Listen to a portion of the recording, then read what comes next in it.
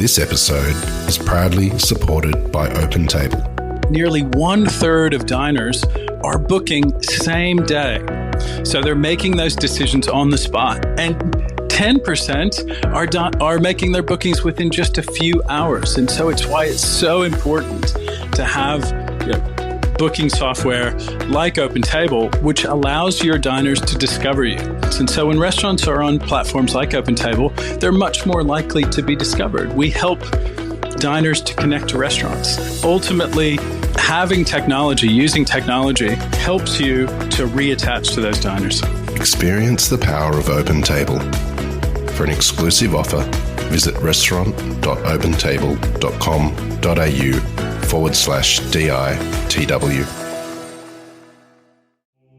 I'd like to acknowledge Australia's First Nation people as the traditional custodians of the land, and for this episode in particular, the Wanarua people. I pay my respects to their elders, past and present. The great thing about the hunter is everyone wants to see everyone do well. That's because then we're all doing well. So even from when I was like 16, 17, 18, my grandfather, my dad were just hammering these great wines on the table and just making you think about it, making you talk about it. And I think the great thing about the hunter, even today as much as ever, is there's a real sense of, okay, well, you need to know the best to make the best. This is the Over the Glass podcast. I'm Shanteh, Wale. Tyrrell's Family Winemakers is an Australian household name. Not only have they been making wine for over 160 years, they have also helped pioneer two of Australia's favourite wine varieties. To tell us more, we are joined by the straight-shooting Chris Tyrrell. Chris is 5th generation and Chief Operating Officer of Tyrrell's Family Winemakers, which is situated in the Hunter Valley of New South Wales. Welcome, Chris. Thanks for joining me. Thanks very much. Thanks for having me. Excited to be here. Total pleasure. Now, I recently heard that your all-time favourite film is the 1988 American dark fantasy film Willow. Is that true? I think you might be mistaken with my brother. But yeah, sure. Oh. Willow was pretty good. I think that little era there, Willow, Labyrinth, there was plenty going on. The Tyrrell household. Yeah, the Dark Crystal. Dark Crystal. My brother still talks about Dark Crystal. He loves it. It's definitely a cult classic, isn't it? Yeah, maybe I'm a bit more Masters of the Universe, though, if we're talking that era, I think. Oh, wow, really? Now, I didn't see that coming, but I like surprises. Yeah, good stuff. Yeah. No, the Tyrrell family video collection was pretty intense. My mum had a pretty serious video pirating empire going when we were young. So the Tyrrell kids had every video known to man. Now, a lot of us think of Tyrrell's as an iconic Australian brand, but for those that aren't familiar, can you give us a little bit of a run through about the history of Tyrrell's? I know it's a lot to cover. Yeah, the story of Tyrrell's is a great one, and one I'm bloody proud to be a part of. So my great-great-grandfather, Edward Tyrrell, came to Australia to live with his uncle, who was the first Archbishop of Newcastle, which, for those of you that don't know where we are, Newcastle's about 50 minutes drive away now, but back then would have been a much longer journey. And around that time, a few years later, his uncle was always away. So he decided to do something else with his life. And it was around that time that there were these things called conditional land grants, and they were about 300 acres, and you were allotted a piece of land. So if you think about that time in the 1850s, the block of land that he got then, he was allotted 320 acres, and it was one of the last allotments. And that is exactly where I'm sitting now, where he settled. So pretty amazing to still be sitting here all these years later. So part of the condition of that purchase was to take up agriculture and clear the land and make the land workable and all of those things. But we got pretty lucky that there was a bit of a connection to James Busby and his father, who had a property up here. So early on, through the Hungerford family connection, we, in theory, had pretty good access to some good material. And have gone on from there. So I'm the youngest of 5 generations. So second generation comes along, and the turn of the century and the industry was booming then. I think you read stories about export figures and stuff. It was massive, and wine and fortified wine were a big thing back then. And So the second generation was Dan Tyrrell and his brother Avery were the two main ones that worked in the business. Avery looked after the vineyards, who was my great-grandfather, and then his brother Dan became the winemaker when he was 18 years old, and did 72 consecutive vintages, which is a pretty amazing feat. So at that time, this is the time, there's legends like Maurice O'Shea and Audrey Wilkinson, some of these names of, these amazing winemakers up here. And Dan Tyrrell was probably not as well known as those guys because Tyrrell's didn't make any wine under our own label. We sold it all. Most of it went to Mount Pleasant. And history is a wonderful thing. And the stories you hear, Maurice always apparently liked the 4 Acres vineyard here, which is convenient to say that now as I'm looking at it. But we've got photos, and they'd come over every year, and he'd taste with them, and then most of our wine was sold to Mount Pleasant or a few merchants in Sydney. And then when Dan died, his nephew Murray, so Avery's son Murray, who was my grandfather, Murray used to look after the cattle because the business wasn't big, we're a really small business, so you couldn't have everyone working in the winery. So Murray looked after the cattle when he came home from the war. And then Dan not suddenly died, he was pretty old, but he'd been the winemaker for over 70 vintages. So it was a bit like, oh shit, someone's got to go and make the wine now.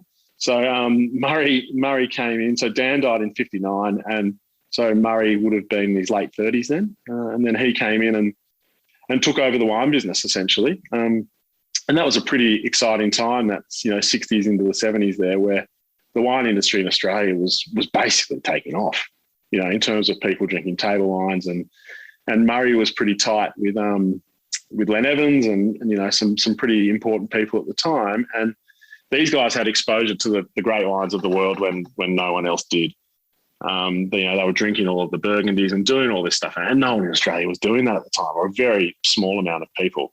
And that's where the Murray's, that pioneering spirit of his really came to the table, and his legacy in Australian winemaking. He thought, well, bugger that. We're not going to, first things first, we're not selling any of our wine to anyone else. We're going to make it ourselves. We're going to market ourselves. So Tyrrell's had, I think, one of the first wine clubs, direct-to-consumer wine clubs, one of the first cellar doors, all of those kinds of things. Was Murray thinking, well, we should do this ourselves. Most importantly, his great love of Burgundy. He thought, well, bugger it, Australians can probably make this just as well, if not better.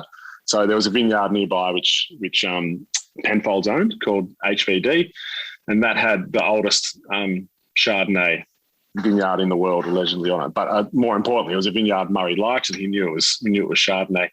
And he used to walk through there every day to go to school, or ride his horse through there to go to school. And Perce McGuigan was running the vineyard, Brian's father. And Murray asked Penfold, he said, look, I know you guys aren't using it for Chardonnay per se. It goes into other blends and other things. And basically you don't know what you're sitting on here. So can I have some cuttings and I'll plant them at home, and I'm going to make this Chardonnay and take over the world, so to speak. Penfold said no for a few years. And then Murray had a friend who worked there who lived in the little house at HVD, and somehow some cuttings were liberated, and Murray got a few thousand cuttings and planted them back here in 1968. And in 1971, he released what was Australia's first commercially labelled and sold Chardonnay, 1971, VAT 47. And which is funny, in about 4 weeks' time, we're going to bottle the 50th VAT 47. So you've got to remember, no one was fermenting white wines in New Oak. So the 1973 was the first guy to import brand new French oak barrels for white to ferment Chardonnay in, and everyone thought he was fucking mad, like this is not going to work. No one's going to drink this. So to think in 1971 there was one cask, cask number 47 produced, and now the rest is history in Australia. And to think that he had the vision and foresight and thought, well, I've got this great bit of land, there's this thing that no one's doing, which they need to be doing. And just thought, bugger it, again, and got on with it. I think it's just an amazing legacy, which I think about all the time. And it was amazing man. And at that point, not long after that, my father Bruce has been in the business basically since he was a baby. That when they first opened that cellar door, Bruce talks about on Sundays he had to come work it when he was 10 years old and take a bit of money and all that sort of stuff. And, the Hunter was still tiny back then. My father remembers pretty clearly getting electricity, they used to ride a horse to school and all those kinds of things. It was small. And then the industry, and Tyrrell's kind of went with the industry, started growing pretty quickly. And Tyrrell's, in the 80s and 90s was a much different business to what we are today. Took advantage of, export markets, and we could kind of grow and be quick on our feet and, make wine from all parts of Australia. And, we had an incredibly successful brand called Long Flat White and Red. They were huge brands. And then in the early 2000s, after my grandfather had died, Bruce had realised that probably wasn't the future.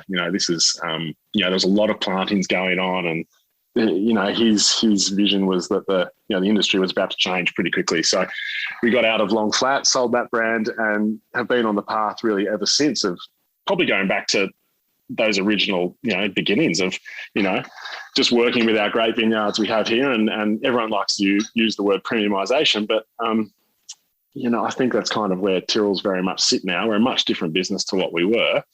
And Bruce has always been pretty obsessed with this grape variety Semillon and the uniqueness of it. And, through the 80s and 90s and into the 2000s, it's just been about tying up these great vineyard sites. And I think the Hunter Valley, as much as anywhere in the world, you see variation in soil type in wine, in such a short space, and we make lots of different single vineyard wines now, and they're all different and they're all unique. And that's something that certainly where I see my sister and I, my sister Jane pretty well, where we come into the table that, we've got these amazing resources, and it's probably just, authenticity is a word that gets thrown around there a little bit, but, we'd like to, we bottle these wines on their own, and we've got these amazing old vineyards. We've now got 8 separate bottlings of vineyards that are over 100 years old, all on their own roots, pre-phylloxera material. And I'm actually not sure if there's another winery in the world that has that. I don't know. I don't think there is, to be honest.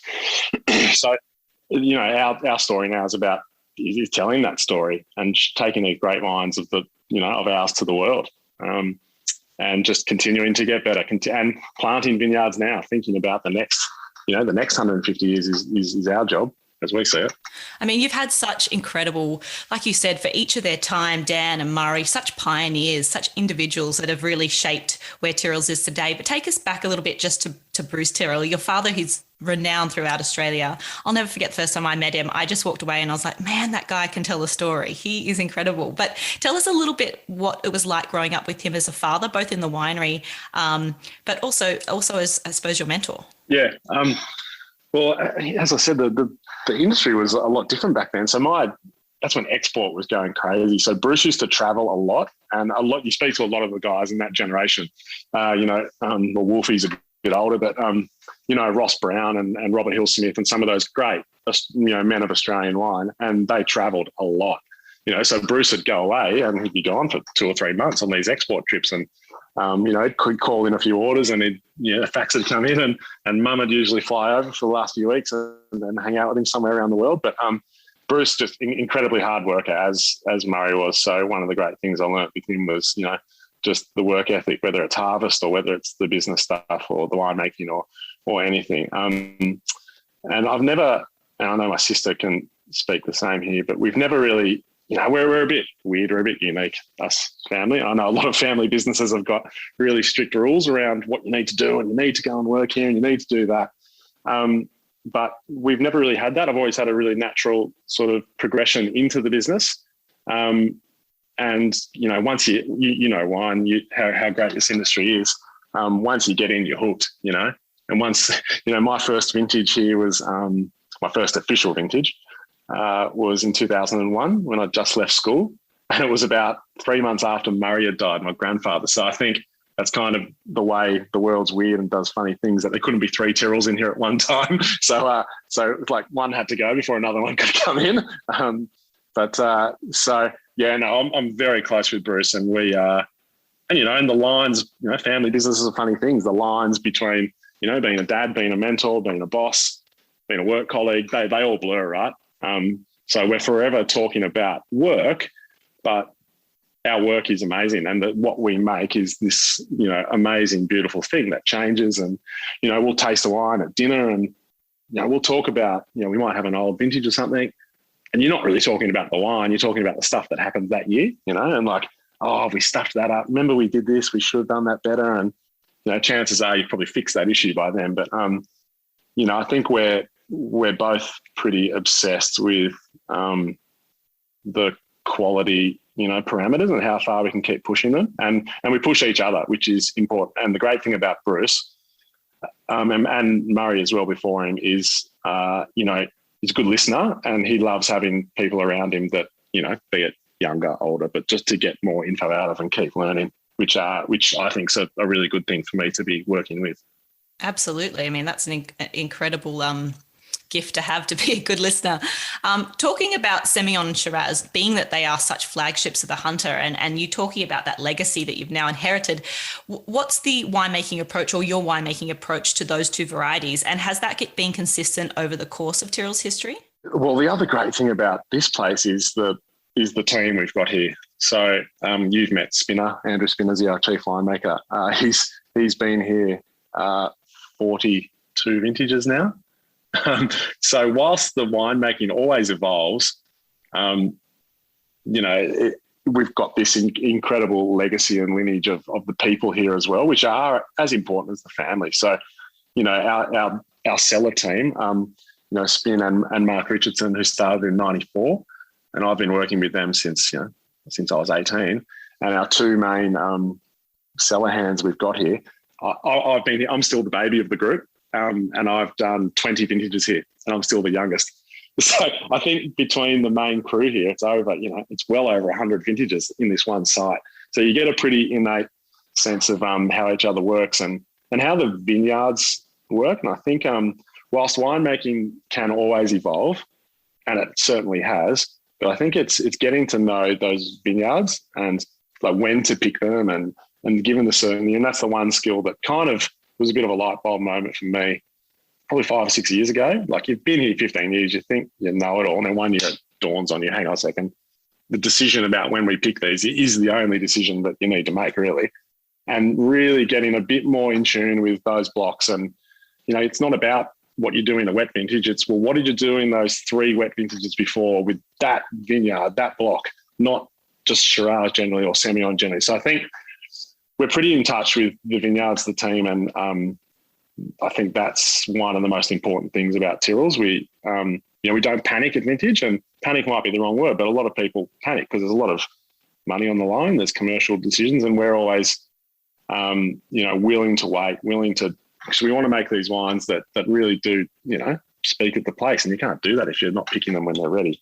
But winemaking wise, I think the style for us has evolved, particularly Semillon, without knowing it. I think you see some people change their winemaking style overnight, and you can alienate your customers and you can alienate, your authenticity to a certain extent. Our Semillons, if you go back 30 years ago, they were picked really early, and it was all about, the more acid they were, the better they were.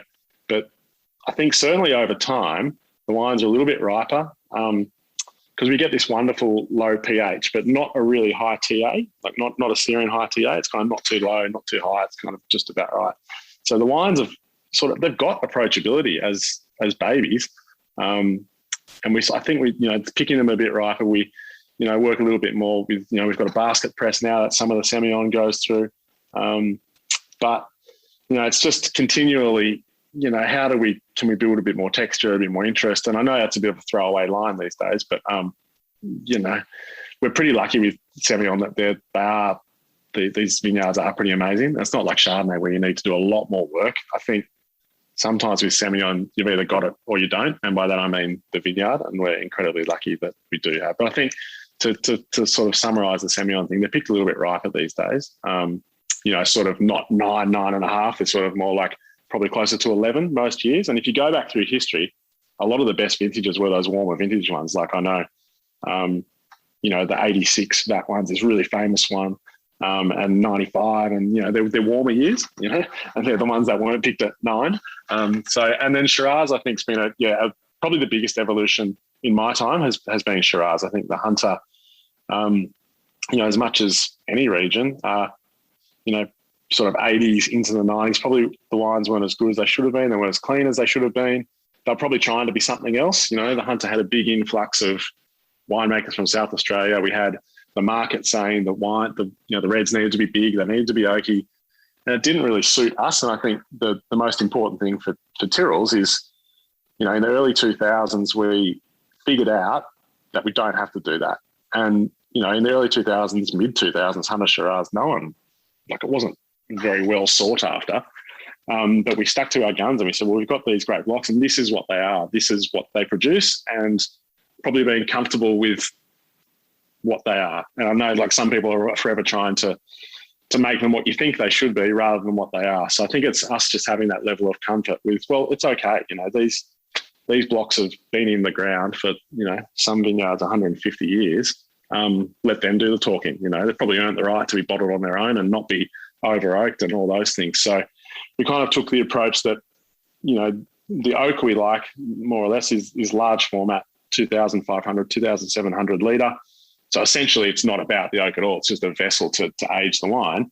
So all of our wines are made exactly the same way, in that large format cask. And then it is truly about the vineyard. It's not in smaller oak. The winemaking doesn't come into play as much. We're relatively traditional in the way we do it. We've always used a bit of whole bunch. Like my grandfather, Murray, was a huge proponent of whole bunch fermentation, huge, before it was trendy to talk about that, and, we've still got some of his 83 carbonic maceration Cabernets, which doesn't need to be drunk today, but hasn't aged that well. But, I remember when I first started doing vintages here and people would come and work here and say, you have vintage interns, and they say, oh, Tyrrell's is using whole bunch and stalk, and oh, you're so old-fashioned. This is, and they'd have a laugh at us. And then now people come back 20 years later and they say, oh, Tyrrell's is using whole bunch. You're trying to keep up with all the hipsters. And it's like, oh, fuck, you can't win either way. So I think we've always, had a certain way of doing things and we're comfortable with that, but always just tweaking. I think the main thing probably in my time is a lot of the reds is moving to no yeast, so natural fermentation. So we like the longer ferment period you get, and that pre-ferment period. I think the wines look a bit better now for that. And we've got a new cellar here where we can, that's been probably the single biggest thing for me is we built a winery now with enough fermentation space that every block of Shiraz we have has the right size fermenter. So by that, I mean most, and for the listeners, most wineries, vintage is a logistics game. There's usually not enough fermenters to have everything off the vine at one time. So when you've got a short window, whether it's climate change or just a really hot early vintage, you haven't got enough space to ferment it all. So now we said, well, bugger that.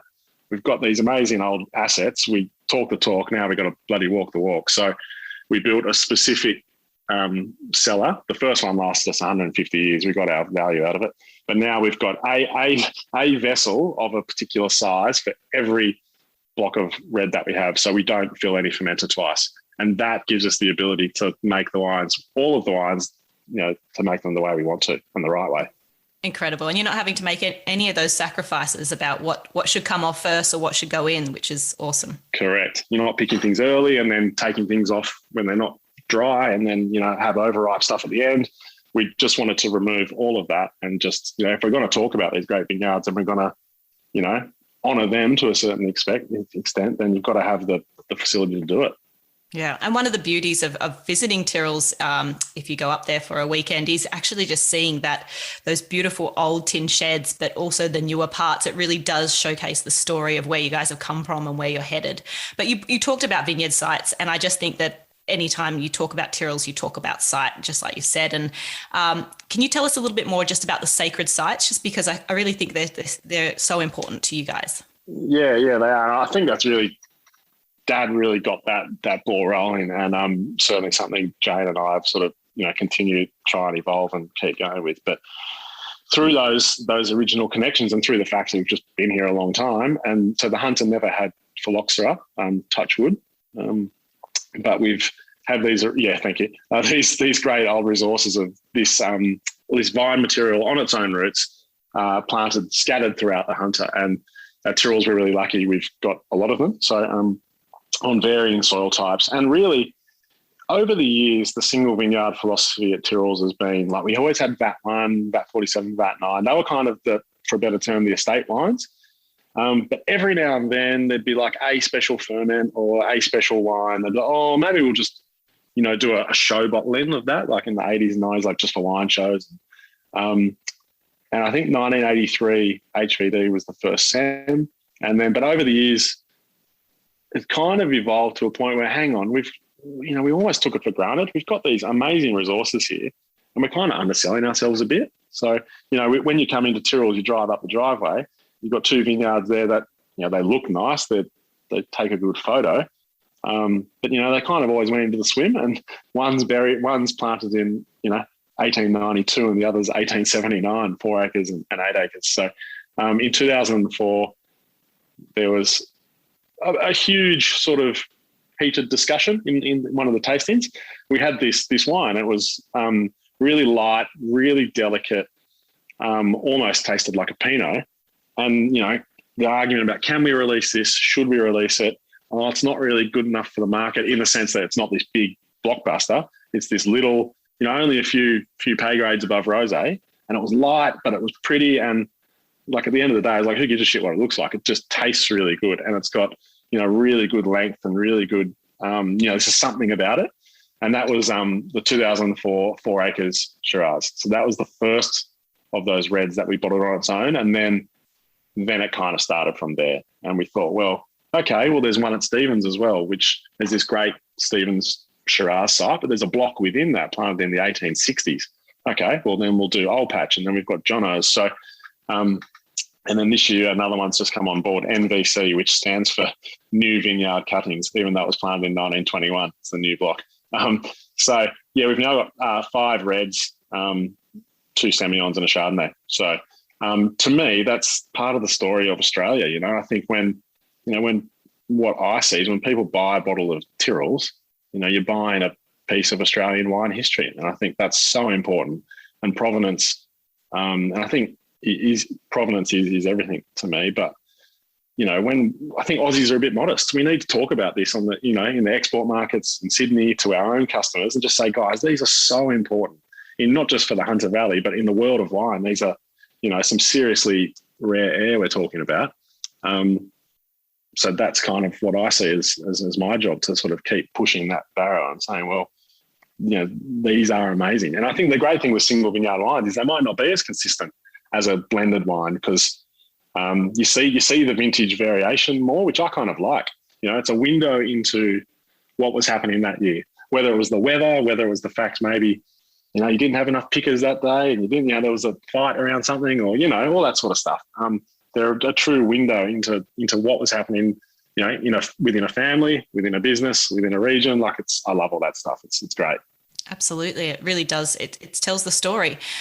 In terms of, you do a lot on the judging circuit, so you get to see quite a lot of different wineries and regions. Can you talk a little bit about the Hunter as a community? There's a lot of influential personalities up there. Who do you kind of bounce your ideas off up there?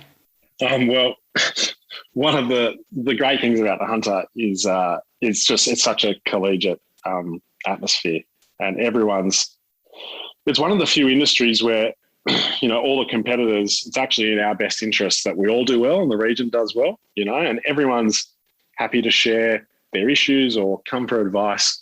And certainly there's a lot of people here that have worked at Tyrrell's over the years. So being the son of the boss, they're always happy to tell me what's not good over the years at Tyrrell's or his, over many beers. But yeah, there's a few people here in the Hunter that I've always leaned on and see as mentors. And Andrew Thomas is a very close friend of mine, and he worked at Tyrrell's when he was a youngster. And many of the trials and tribulations of my career, Tomo sort of helped me through some of those, and we've talked about those over many a late night.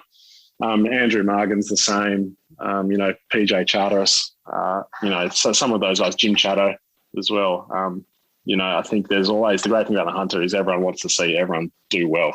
That's because then we're all doing well. So the culture in the Hunter, I guess even back to Len Evans and Murray, and Riggsy sort of picked up that torch, is it's about fine wine, and you need to know what those great wines are to be able to make them. And so even from when I was like 16, 17, 18, my grandfather, my dad were just hammering these great wines on the table and just making you think about it, making you talk about it. And I think the great thing about the Hunter, even today as much as ever, is there's a real sense of, okay, well, you need to know the best to make the best, and everyone pushes pretty hard to that. And that's, we've got the Len Evans tutorial here, which is and that kind of runs because of the community as much as anything, So no, the Hunter's an amazing place, and I think the love of fine wine and continually trying to pursue that is one of the great things. Yeah, and I think you see that. I think you see that the Hunter it's a competitive industry because everyone's pushing to be be supportive, but be the best that they can be because of where they've come from. And like you said, that their love of fine wines. I mean, what I wouldn't have given to be a fly on the wall back in those days when they were drinking incredible Burgundy for pennies, I mean, would be amazing. Yeah. My grandfather's cellar was pretty heavy in some of those the things that are somewhat unattainable now. Yeah. Look, it's hard to imagine, I think, seeing where Tyrrell's will go and reaching greater heights than they already have. But it's really clear that Tyrrell's is in very good hands. I'm really looking forward to seeing what's to come. We're just beginning. I like that. Before we go, though, just to satisfy curiosity, I'm always curious to see what people like drinking. If you could only drink 3 beverages for the rest of your life, Chris, what would you be drinking and why? I'm going to be a little bit generic, if that's okay. Like the obvious answer is like water, coffee, wine. I'll be a little bit more specific than that, but I'm not going to be a complete homer, but I'm going to just throw out my favourite Tyrrell's wine. So if you could only drink them for the rest of your life, I've said here probably around a 15-year-old HVD Semillon, because I think that's like that wine, that vineyard is a bit bigger, softer, just pure enjoyment. Like just out of the fridge, just, wonderful complex wines, but light in structure, full of flavour. About that 15-year-old HVD Sem could probably see me out. And then it's a little bit generic, this next one, but just Chardonnay in all its forms. I think Chardonnay, like whether it's within Australia or the French stuff or even some of those Americans, time and place. It's just so diverse, so thought-provoking, great for conversation. Just Chardonnay is great. And then part of the one, I think you would probably agree with me on this, just great old Australian red, and you see some of those old, whether it's back to the Woodley's treasure chest stuff, the old Wynn stuff, the old Lindemann stuff from the Hunter. Whenever you hear about people at wine shows, whenever you hear about people at, the Len Evans tutorial, everyone ends up talking. You have all these fancy DRCs and everything. Everyone always talks about the old Australian bracket. That's what they always talk about. And for me, those old Aussie reds, they're haunting those wines. They're, when they're good, what Australia can do. And you show them to international people and they fucking lose their mind, Sorry for swearing. Not at all. It deserves that. That's for sure. They're life changing, and it's just so hard to get your hands on them. I know. And when I try wines from here that that were bottled at Mount Pleasant and made here, it's like bloody hell. It just strikes you with fear, but also with energy. Let's get into it. How do we create this? Let's do that. And I'm thinking about, the next 50 years, the next 100 years. That's what kind of drives us now. And those great Aussie reds, can't beat them. They're the best. Absolutely. Well, Chris, it's been such a pleasure learning about Tyrrell's and about the legacy, but mostly also getting to know you better. Thanks for sharing your thoughts and just spending some time with me today. Yeah, it's been wonderful. Thank you so much for having me, and honoured to be the first guest. Oh, I'm so thrilled. Thanks so much. I look forward to seeing you soon. Cheers to you, mate. Thanks very much. This is Over a Glass. I'm Shanteh Wale. Stay tuned for more stories from the world of wine and drinks. Listen in every Thursday on your podcast app. Follow us on Instagram at overaglasspod and contact us at overaglass@deepintheweeds.com.au.